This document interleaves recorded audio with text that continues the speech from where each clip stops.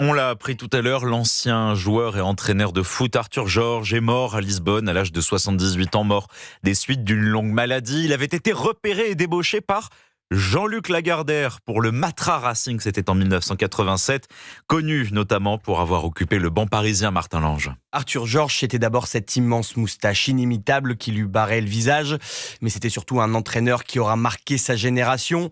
Après une honorable carrière de joueur dans les années 70, il part en RDA découvrir les techniques d'entraînement soviétiques.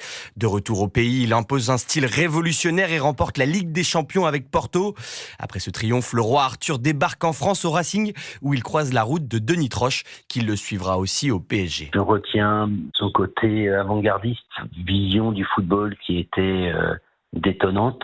Et c'était un homme cultivé, instruit et prêt à transmettre, avec un gros charisme, bien entendu. C'est quelque part une vie qui s'éteint, mais aussi une partie de la mienne qui part. Avec le club de la capitale, Georges remporte le championnat en 1994. Il sera débarqué quelques semaines plus tard, à quelques mois d'un premier titre européen. Il retournera au Portugal avant de finir sa carrière dans des championnats plus exotiques. Arthur Georges s'est éteint des suites d'une longue maladie, entouré de sa famille, peut-on lire dans un communiqué. Il avait 78 ans.